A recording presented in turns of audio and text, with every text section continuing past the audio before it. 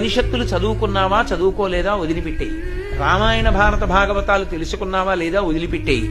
దక్షిణామూర్తి యొక్క మూర్తిని చూస్తూ కూర్చోవడం నేర్చుకో. అదొక్కటి నేర్చుకో చాలు. ఏమక్కర్లేదు. ఇంకా దక్షిణామూర్తిని పెట్టుకుని రోజు కాసేపు ఆయన్ని చూస్తే చాలు. మీకు నేను ఇంకా విచిత్రమైన విషయం చెప్పనా? చంటి పిల్లలు కొంచెం కొంచెం పెరిగి పెద్దవాళ్ళు అవుతున్నప్పుడు ఇంట్లో అందమైన దక్షిణామూర్తి విగ్రహం ఉండి, విగ్రహం అంటే ఫోటో కనీసం ఉండి, పిల్లలు కాసేపు దాని వంక చూడడం అలవాటైతే మీరు చూడండి, నేను యథార్థం చెప్తున్న, పెద్దలు నిర్ణయం చేసింది. వాళ్ళు కళ్ళు తిప్పి ఆడుకుంటూ ఆడుకుంటూ పాకడం కూర్చోవడం వచ్చినప్పుడు చూసినప్పుడు వాళ్ళు నిశ్చలంగా కాసేపు ఇలా దక్షిణామూర్తి వంకే చూస్తారు. పిల్లలు చిన్నతనంలో దక్షిణామూర్తి వంక అలా ఎదురుగుండా కూర్చుని చూస్తే 2 ఫలితాలు వస్తాయి. అపమృత్యు దోషం పోతుంది, సరస్వతి కటాక్షం కలుగుతుంది.